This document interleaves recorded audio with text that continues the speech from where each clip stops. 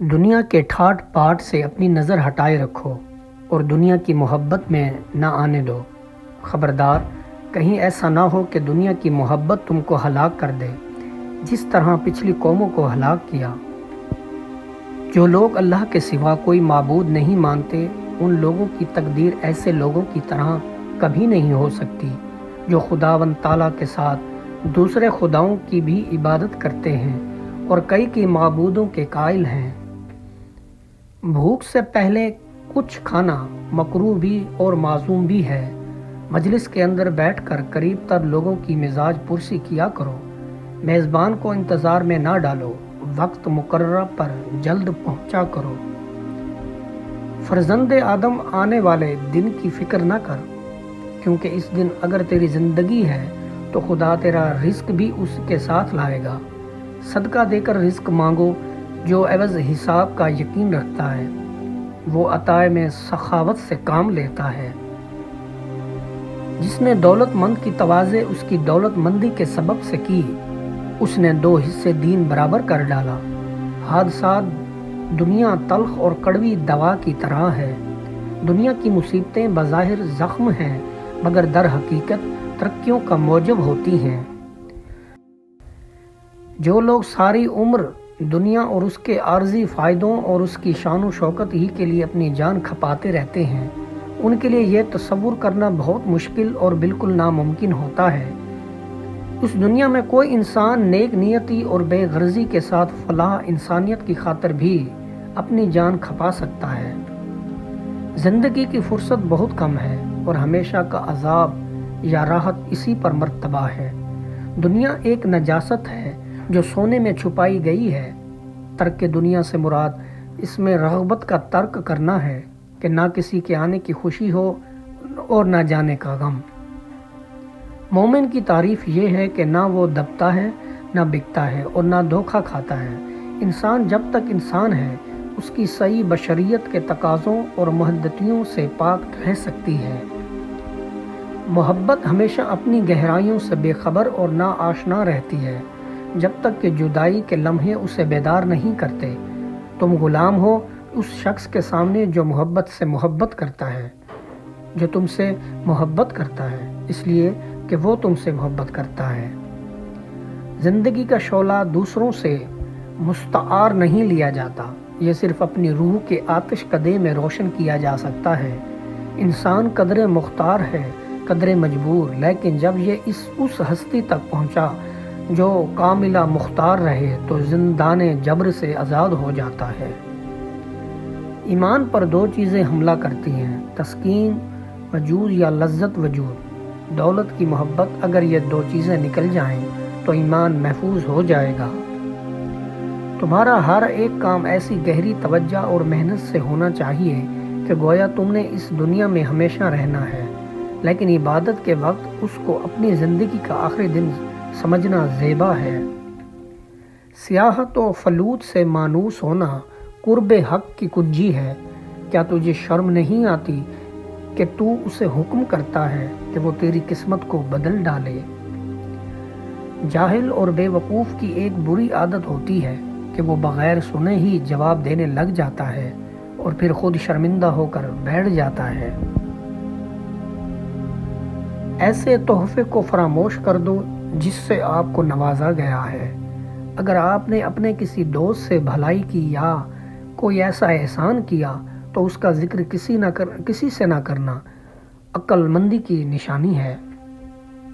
جو دوستوں سے بکثرت ملاقات کرے اس سے کہہ دو کہ ایک بات اس سے ضرور ایسی ہو جائے گی جو دوسرے کو ناپسند ہوگی، لہٰذا مناسب یہی ہے کہ سلسلہ ملاقات مختصر ہو۔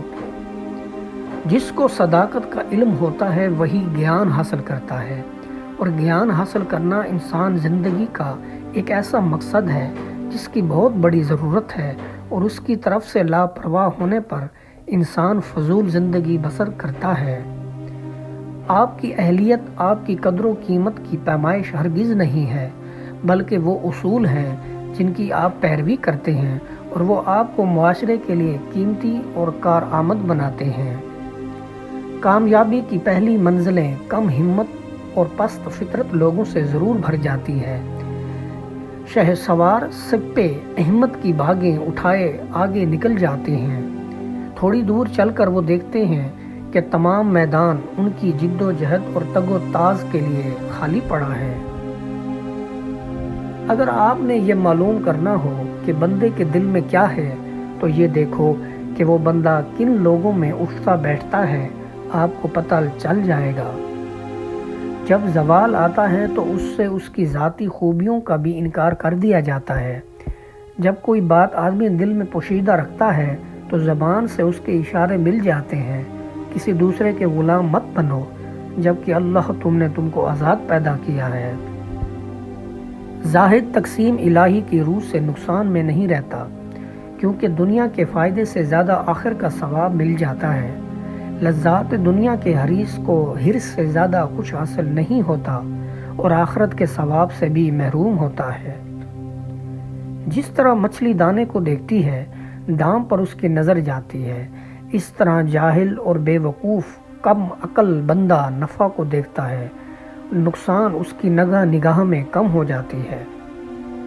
شیطان ہم میں عدم برداشت پیدا کرنے کی بے حد کوشش کرتا ہے۔ جس امر سے وہ از حد خائف رہتا ہے وہ ہماری سخاوت اور صبر و تحمل کی عادت ہے۔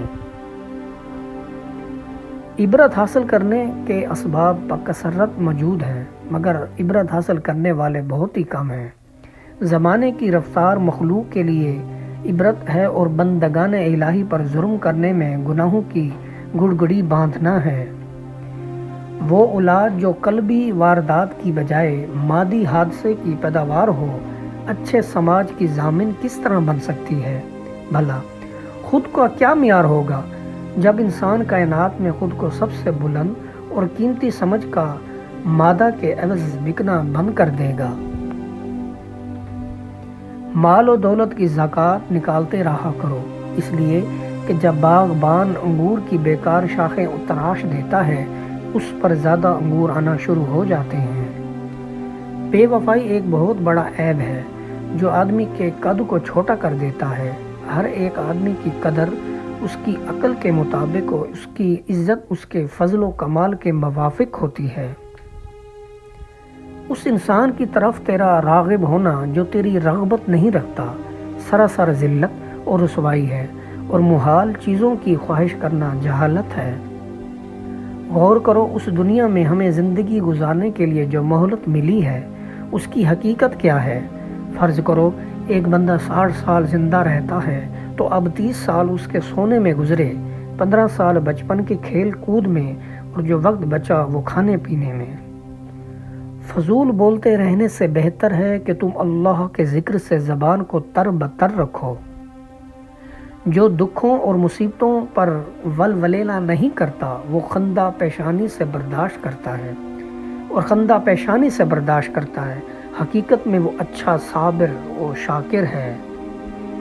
گوشہ نشینوں کی ادنا سی نیکی بھی ان لوگوں کی عمر بھر کی عبادت سے بہتر ہے جو مخلوق سے وابستہ رہتے ہیں اور دنیا کے کھیل میں مگن رہتے ہیں۔ جو انسان کبھی غلطی نہیں کرتا وہ کبھی کچھ کر ہی نہیں سکتا۔ غلطیوں کو تسلیم کرنا کمزوری کی علامت نہیں ہوا کرتا۔ کیا ہم سب ہی غلطیاں نہیں کرتے؟ انسان کے لیے یہی بہتر ہے کہ وہ لوگوں سے کم میل جول رکھے اور کھانا کھاتے وقت دسترخوان کا خیال رکھے، یعنی کم کھائے۔ جو بھی کچھ تیری آنکھوں کے سامنے سے گزر رہا ہے تیرے خیال سے باہر نہیں، تیرے ہی دل کے تصورات ہیں اور دام خیال سے باہر نکل بھی نہیں سکتے۔ اگر تجھے گزرے ہوئے یا جاتے ہوئے دکھائی دیتے ہیں تو جا کر کہاں جائیں گے؟ تیرے دل سے باہر نہیں جا سکتے۔ اگر وصال ربانی کے خواہاں ہو تو طریقت اولیاء اللہ کی پیروی کرو۔ اس عارف کی صحبت حرام ہے جس کی نگاہ میں ذرہ برابر بھی عورت کے حسن کا خیال پیدا ہو جائے۔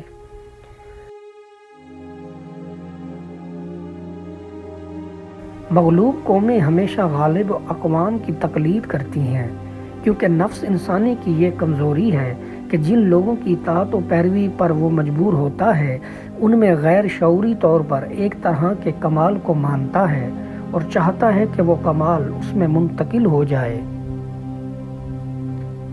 محبت تو اللہ کی امانت ہوتی ہے. جو محبت کے بدلے میں محبت دیتا ہے اللہ اس سے راضی ہو جاتا ہے، اور جو محبت کے بدلے بد اخلاقی دیتا ہے اللہ اس سے خفا ہو جاتا ہے.